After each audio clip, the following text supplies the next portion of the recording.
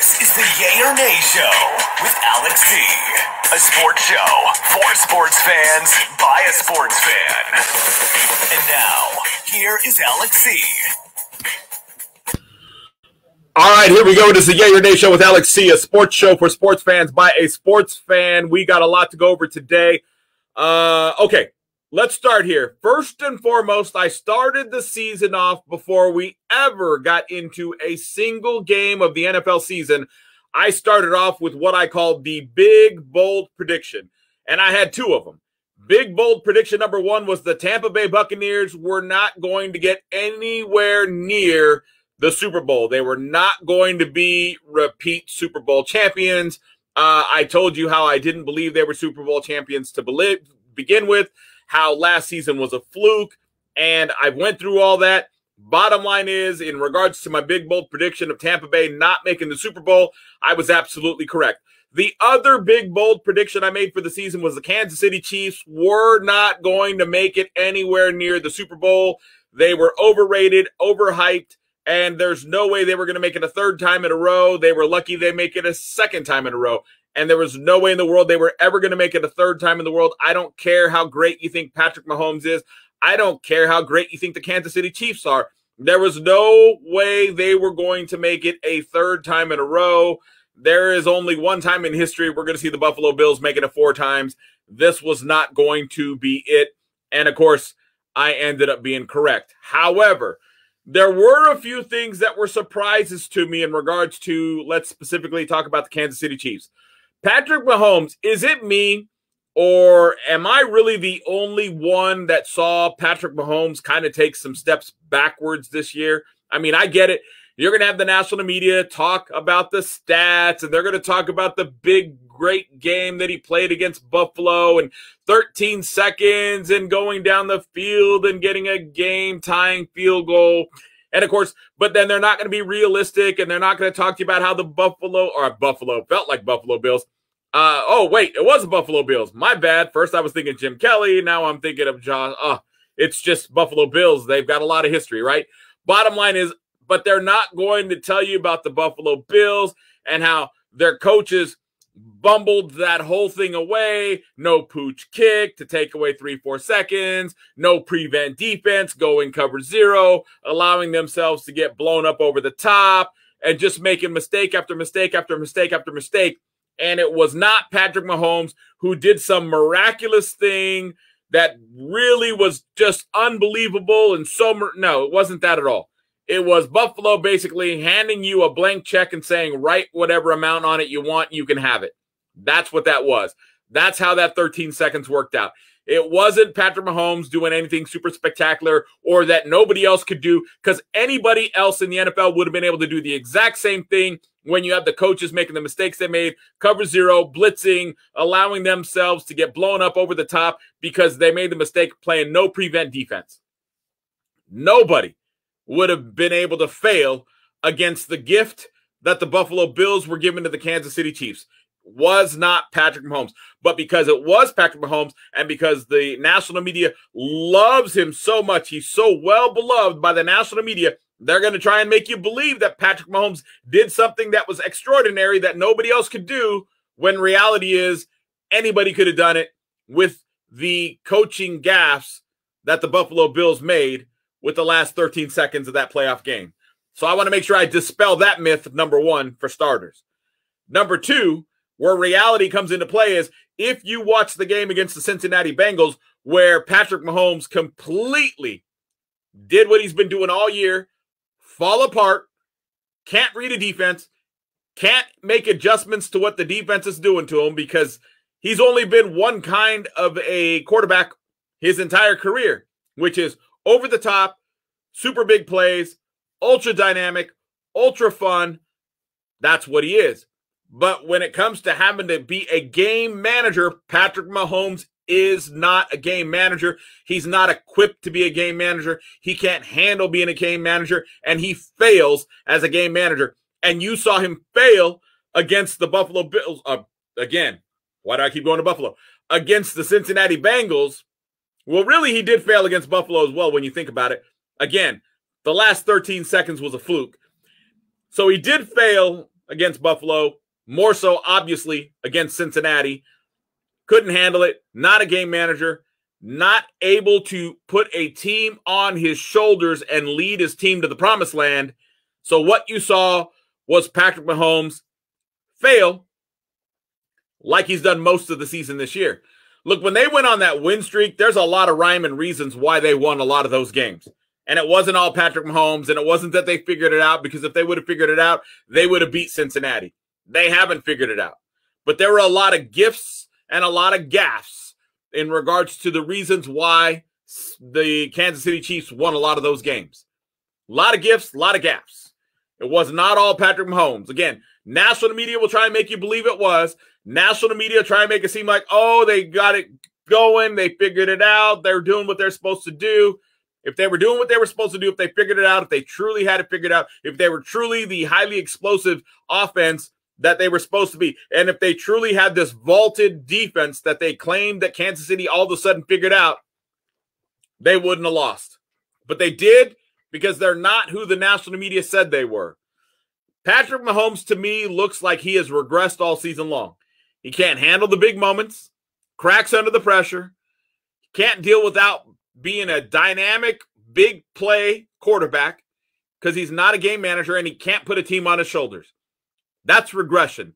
When you're unidimensional and you can only do one thing, big plays, with speedster receivers who could blow the top off a defense, and you can make that pass and you're pinpoint accurate with that long distance pass, but you can do absolutely nothing else good, consistently and constantly, and that's what happened to Patrick Mahomes, then you fall apart and you show how your skill set really is not complete. Defenses figured out Patrick Mahomes all year long. And when it looked like Kansas City made adjustments, the defenses made adjustments. And when the defenses made adjustments and Cincinnati made it twice, they beat Kansas City twice, because it wasn't that hard to do. Because beating him means making him put the team on his shoulders, and Patrick Mahomes is not a put a team on his shoulders quarterback. He's just not. You saw it when they played on Sunday. They're going to have to figure some things out in Kansas City. Maybe they need a new offensive coordinator. Maybe they need a new quarterbacks coach. Patrick Mahomes, while he's got some issues, they're workable, but this season he went backwards. So for all the talk about how great this offensive coordinator for the Kansas City Chiefs is, if he's so great, that offense sure looks inept when you get a defense that dares Patrick Mahomes to put the team on his shoulders and lead him to the promised land, which tells me the offensive coordinator is not as good as everybody says he is. Not even close. He's good, and he's above average, but he's not great. He's not excellent. I know there's a lot of people trying to say that he deserves a head coaching job, and he very well may deserve a head coaching job. But as far as being this big, bad, great offensive coordinator, he's not that. He's just overhyped, over-talked about, and there's a variety of reasons why that's happening for him. But he hasn't been able to teach his quarterback how to put a team on his back and lead him to the promised land. And considering the skill set and the potential and the ceiling that Patrick Mahomes has, he's failed Patrick Mahomes, because Patrick Mahomes over the last couple of years hasn't been able to do it when teams are daring him to put the team on his back and ride him all the way to the promised land. So the offensive coordinator has some things to figure out, some soul searching to do, a lot of film to review, and they got a lot of adjustments that they need to make before they get into next season. Simple as 1, 2, 3. Moving on to the game between the 49ers and the Rams. It was a slugfest. You knew it would be. It was division rivals. The Rams put the 49ers game plan in their game plan, and they slammed it against that defense, and it was a drawn-out, knuckle-dragger, hard-hitting, at times cheap-hitting, a lot of penalties that weren't called that should have been called, or because it's the playoffs, maybe that's why they were not called. But then there were some really egregious missed calls in this game as well. Specifically, I don't know how many times I counted that the Rams got away with basically what should have been delay of game penalties, zeros on the clock. and it's solid zeros on the clock. Yet the referees don't call delay of games, and the Rams are still allowed to run their offense without getting penalized. That should never happen.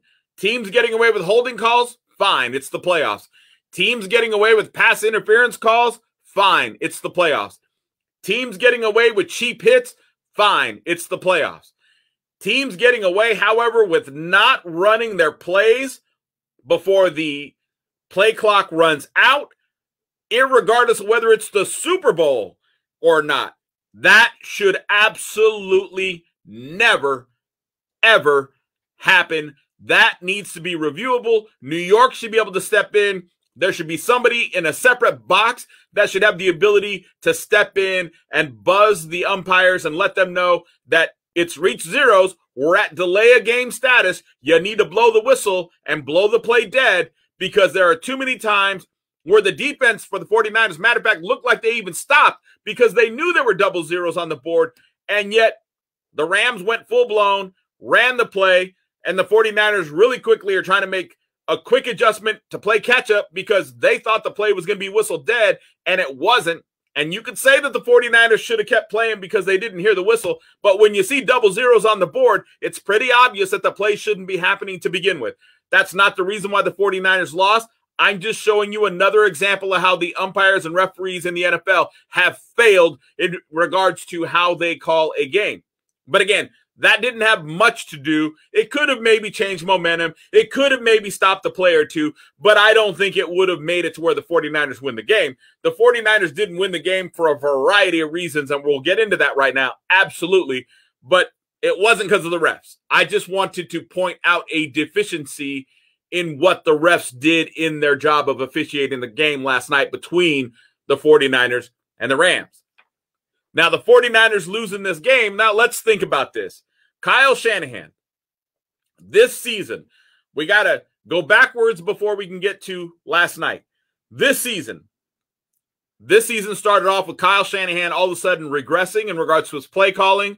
Basically looked like he was choking the playbook, minimizing what was available, trying to bring in Trey Young, use him for certain packages, which apparently maybe made it to where they were limiting Jimmy Garoppolo on what he had time to practice. So they were limiting Jimmy Garoppolo in regards to what he had available in the playbook, and the 49ers were suffering for it. Amazingly, they stopped bringing in Trey Lance, and the 49ers start playing better, and they start winning, and you could tell that the playbook is opened up. But the 49ers, for some reason, seemed to look better and play better when they were playing from behind. When they played with the lead, it seems like Shanahan stops calling plays, stops running the offense the way he normally runs it. They start going back to that little high school thing they were doing at the beginning of the season, where it's just, Jimmy, drop back 3 to 5 steps. If you find somebody open, great. If you don't, we'll just punt it, and we'll rely on the defense to try and win the game for us. Sometimes it worked. Sometimes it didn't. Fast forward to week 18, Rams, 49ers. Quarters 1 and 2. The 49ers played football. They balled out. They did what they had to do. Quarter number 3, all of a sudden, they go back to this high school offense. Jimmy, drop back 3 steps, find somebody open. Great. If you don't, throw it away. Or you can try and zip it in there if you think you got room. But if it doesn't work, don't worry about it. We're going to punt it, and we're going to hope that the defense makes stops.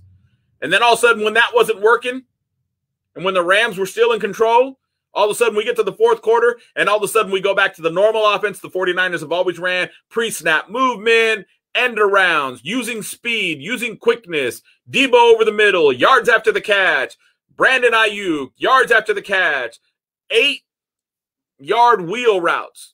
They were doing everything they had to do, pulling the guard, pulling the tackle, filling the gaps, opening the holes, making it to where the running backs had plenty of room. Debo Samuel's in the backfield. But all that didn't happen in the third quarter, but it mysteriously happens in the fourth quarter. 49ers come back, overtime, win the game. All right. Now, we go back to last night's game. So you get back to last night's game. What happens? Well, the infamous Kyle Shanahan, again, only coaches 3 quarters of football. Quarters 1 and 2, 49ers look like the 49ers. Quarter number 3, 49ers look like the 49ers. Quarter number 4, and there are other things involved, but I mainly put the blame on the loss last night on the coaching of Kyle Shanahan. Because quarter number 4, drop back 3 steps, throw the ball. If you get it, good. If you don't, Jimmy, don't worry about it. We're going to rely on the defense to try and win this game for us. But eventually, when you're getting the time of possession to be as lopsided as it was throughout the game for the Rams over the 49ers, and the defense is spending as much time on the field as they did, eventually at some point you got to figure out that, you know what, you're probably not going to be able to make all the stops you need to make with your defense as tired as they are. Hands on the hips, gasping, trying to get off the field, trying to make substitutions. Rams are running a quicker offense, not allowing you to get all the substitutions, seeing that your defense is getting tired, running the ball on you, gashing you all of a sudden for yards running the ball. Even though the Rams were not that successful running the ball, they ran it just enough to keep you honest, to keep you on the field, to keep your defense tired. They wore you down, and then they picked on your secondary, which is the weakness of your defense to begin with. All the while because the offense wasn't doing their job for the 49ers and possessing the ball, keeping the defense on the sidelines, letting them rest. Instead, it was 3 and out, 3 and out, 3 and out, 3 and out. They couldn't do anything with the ball because they, again, no pre-snap movement, no pulling of the guards, no pulling of anybody. It was a very basic offense that Shanahan ran in that fourth quarter. Very basic, very pathetic, very embarrassing. As a 49er fan, I was embarrassed for what I was watching offensively from Kyle Shanahan, who, again, is predominantly the reason why the 49ers lost that game last night, without a doubt. There's no doubt in my mind. 49ers lost that game because of Kyle Shanahan and the fact that in the fourth quarter, once again, just like in the Super Bowl, when Atlanta had a 28-3 lead against the New England Patriots, all of a sudden they couldn't move the ball. They were very basic. They were just very basic. Again, basically relying on the defense to hopefully get the win against the Patriots. And what happens? The Patriots come back and they win the game. What happened last night? 10-point lead. 49ers, fourth quarter, because of the inept calls that were being made by Shanahan. Couldn't hold on to a 10-point lead. Guess when else that happened? Super Bowl, Kansas City, 10-point lead. Fourth quarter, inept play calling. It was as if they just wanted to try and play safe and see if the defense could win the game for them. And what happened? Kansas City comes back, wins the Super Bowl. Last night was a replay of the Super Bowl loss to Kansas City, as it was a replay of when he was the offensive coordinator for the Atlanta Falcons and they lost to the New England Patriots.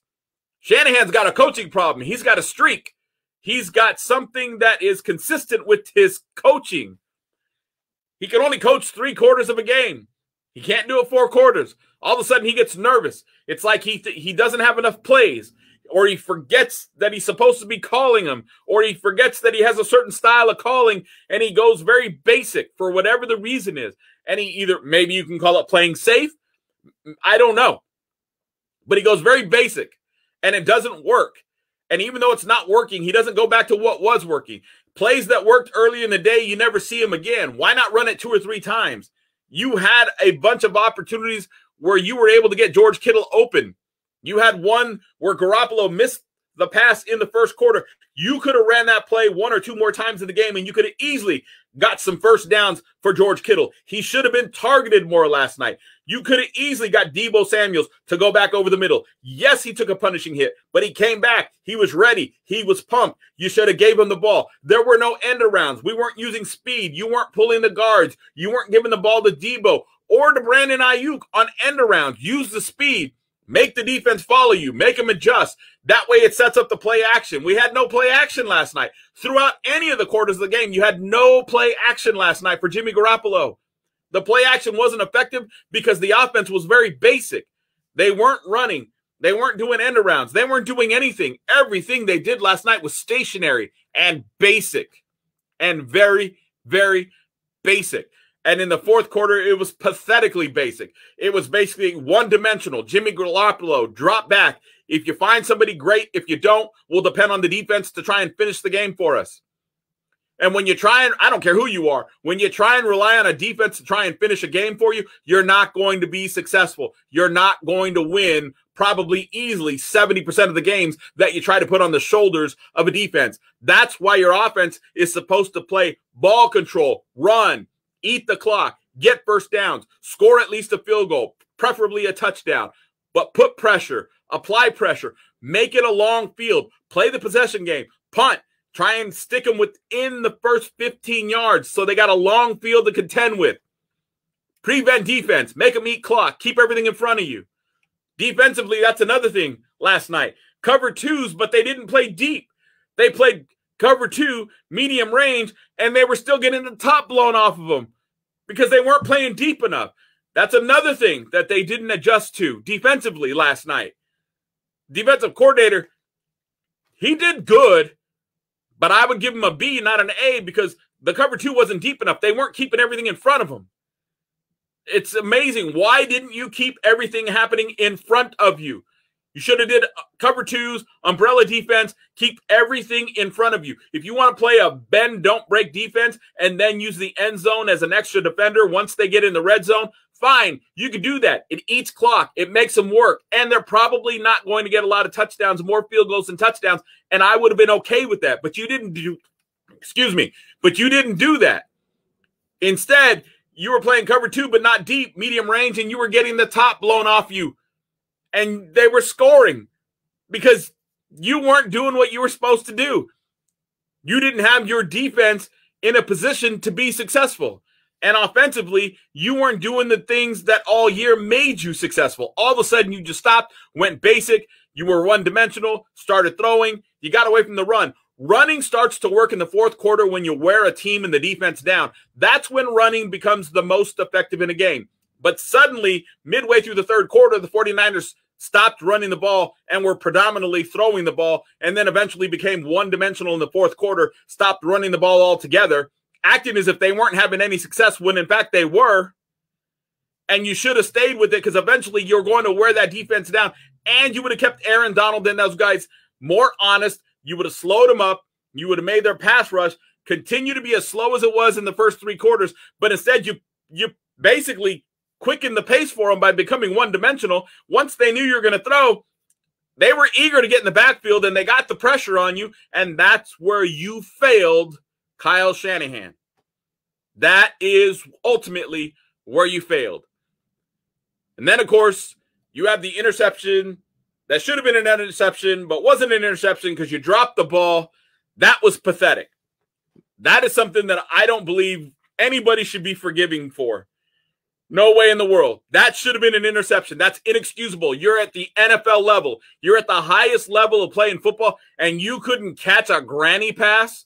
Seriously? And as a defensive coordinator, you don't practice those types of things? You don't have tip drills? You don't practice those types of things so when the ball's up in the air, they're making that catch? They're able to look and make that adjustment and be used to making that adjustment? That catch should be made easily in their sleep. All day, every day. Instead, it doesn't happen. And there's no excuse for that. Absolutely none. But predominantly, that loss falls squarely on the shoulders of none other than Kyle Shanahan. Congratulations to the Rams. Congratulations to the Bengals. It's going to be a great game. I'll watch. It's going to be a great game. I think the Bengals are going to win. Josh McDaniels was hired as the new coach of the Las Vegas Raiders. I don't really know if I agree with this one or not. I'm just not really big on Josh McDaniels. I know everybody's always talking about him and saying how great he is.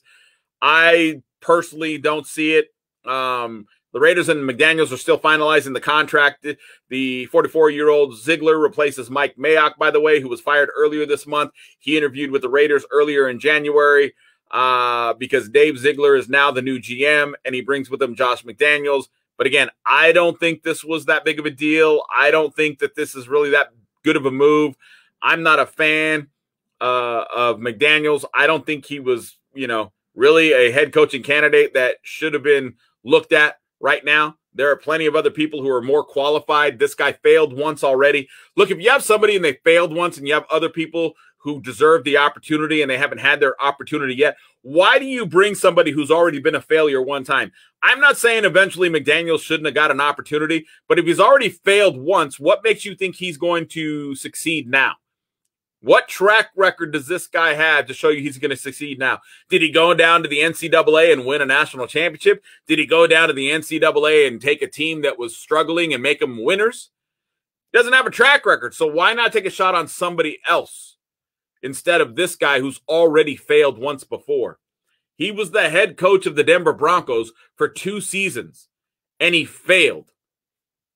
Why do you think if a guy who already spent 2 seasons as a head coach and as a failure as a head coach is now the guy that's going to lead your team to the Super Bowl in a division that's only getting better? Moving to college football real quickly, Arizona State offensive coordinator Zach Hill has resigned. You know, the NCAA is investigating alleged recruiting violations, and a person familiar with the move confirmed to the Associated Press that Hill became the 4th assistant to leave the program this week. The person said Friday on a condition of anonymity because no official announcement has been made. Hill's resignation was first reported by the Sun Devil source. Wide receivers coach Prentice Gill and secondary coach Chris Hawkins were fired for cause, and tight ends coach Adam Brenneman resigned earlier this week. All 3 were replaced on administrative leave prior to the 2021 season in wake of an investigation into Arizona State's hosting of recruits on campus during the NCAA mandated COVID-19 dead period, among other possible infractions. Herm Edwards, I'm telling you, his time is coming up. Now, I don't think Herm Edwards should be fired for this. I get it. You should be holding him accountable, but I don't think he should be fired for it. I think he should be fired for how badly ASU has been under his tenure, but I don't think this is the reason why he should get fired. But with that being said, there's no doubt in my mind that there's no way in the world Herm Edwards is going to survive much longer as the head coach of the Arizona State Sun Devils. I just don't see it happening. Aaron Rodgers. You always hear about Aaron Rodgers needing to decide what he wants to do next, right? It's one of the biggest headlines in the previous offseason, and with the reigning league MVP having reportedly threatened to not take another snap for the Green Bay Packers, the decision to draft quarterback Jordan Love as his eventual replacement became a big problem and a big headline. But here's the deal. The Packers reworked Rodgers' deal in 2021 to help grease the wheels for his return, and it was a move that also opened the door to this season having been his last in Green Bay. But they're cautiously optimistic at the moment. That's because instead of immediately jetting out of Wisconsin following the playoff loss to the 49ers at Lambeau Field, Rodgers reportedly stuck around to gauge where head coach Matt LaFleur and general manager Brian Gutekunst are looking to take the team next season, per Ian Rappaport. So the story is Rodgers has taken a vested interest and is talking to everybody this time, unlike in seasons past. And he's looking at the team. He's looking at their possibilities. He's looking at what direction they're looking to take. Now, some would say that it's because he's trying to determine whether he should retire or whether he should ask for a trade officially. I would make the argument that I said all along I don't think he's going anywhere, and I don't think he's going anywhere. I think he's going to tell them to stick with the luxury tax, pay the people that need to be paid so that he can keep the players that he wants to play, and he's going to want his input and his fingerprint on the NFL draft and any free agents that they possibly could bring in. However, free agency is going to be kind of a limited market for the Green Bay Packers, considering they're over the cap as it is, so they're not going to be able to bring in anybody high priced. However, even though they're not able to bring anybody in that's going to be high priced, that doesn't mean they're not going to be able to make significant moves in the free agent market. I talked about this a minute ago a little bit in regards to last night's game. Jaquezie Tart, he says he let his brothers down, and again, I say yes, he did. Look, there's no excuse for that. And again, defensive coordinator, are you doing your job? Do you have these guys doing tip drills? Are they constantly catching the ball? Or is it all about just coverage? And are you not taking the time to make sure these guys can catch the ball? Because, you know, part of being in the secondary is having the ability to make interceptions. I mean, that's a big part of playing in the secondary. If you're not doing tip drills, these guys aren't constantly looking to be able to jump coverage and make interceptions, and they don't have good hands to catch the ball, then that's on the defensive coordinator. And the secondary coach. There's no other way around it. There's just no other way around it. And there's no excuse when you're playing at the highest level of football for Jaquezie Tart to miss that interception. There was nothing. He wasn't off balance. There wasn't anything there that I saw that impeded his ability to make that catch. That was just absolutely inexcusable and pathetic. And again, as a 49ers fan, I'm not going to get over that anytime soon. If I saw Jaquezie Tart get let go this season, I would be absolutely okay with it. They're letting Jimmy Garoppolo go, and I agree. We've seen enough of Jimmy Garoppolo to know that he's not the guy to be able to get you to the promised land. You need somebody with a little bigger arm and a lot more accuracy. I'm okay with that. It's a good decision. It's a hard decision. I commend them for making that difficult decision. If they let Jaquezie Tart go, that's another difficult decision, but a great decision that would be moving the 49ers forward if they, in fact, made him go away and they found a replacement for him this offseason. I'd have no problem with that at all. NBA news, Monty Williams is going to coach the All-Star game after leading the Phoenix Suns to the NBA's best record. That is good news. Monty Williams is going to coach Team LeBron James at the next month All-Star game in Cleveland. The Suns had a 115-110 win against San Antonio Spurs last night. Their 10th straight, by the way, which pushed their record to an NBA best of 40-9, meaning no other team in the West can pass them by February 6th, the cutoff for the All-Star game consideration. So congratulations to Monty Williams again. He will be the coach of Team LeBron James at next month's All-Star game in Cleveland. And again, congratulations to him. Well-deserved. Absolutely well-deserved.